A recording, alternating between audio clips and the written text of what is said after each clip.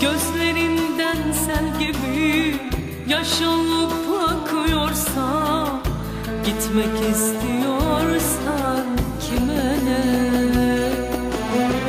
Gecemden yıldız gibi meçhule kayıyorsa, kaderini çizdiysen kime ne?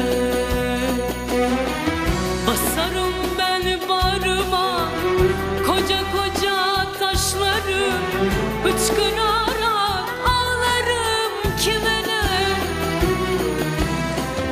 En acı zehirlerle sanırım ben yaramı, avuturum gönlümü kime ne?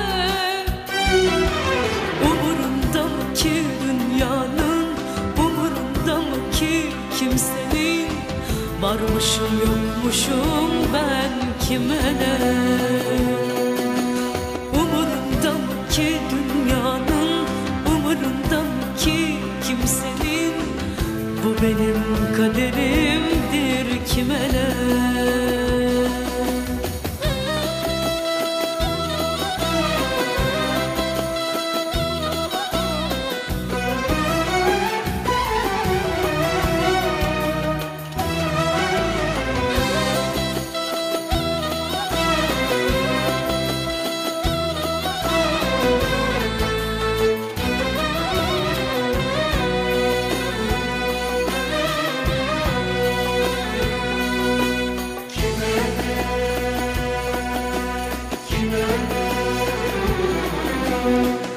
Gidene kal denilmez, gönül bu doymak bilmez.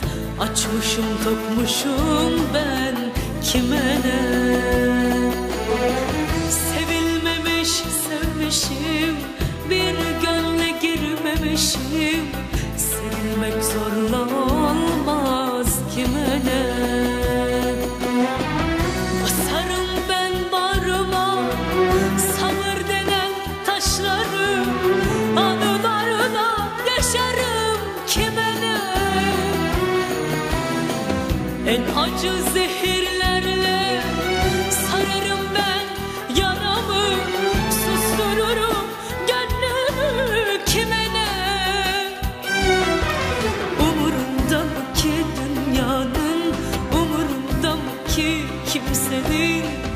Bu benim kaderimdir kime ne? Umurunda mı ki dünyanın, umurunda mı ki kimsenin?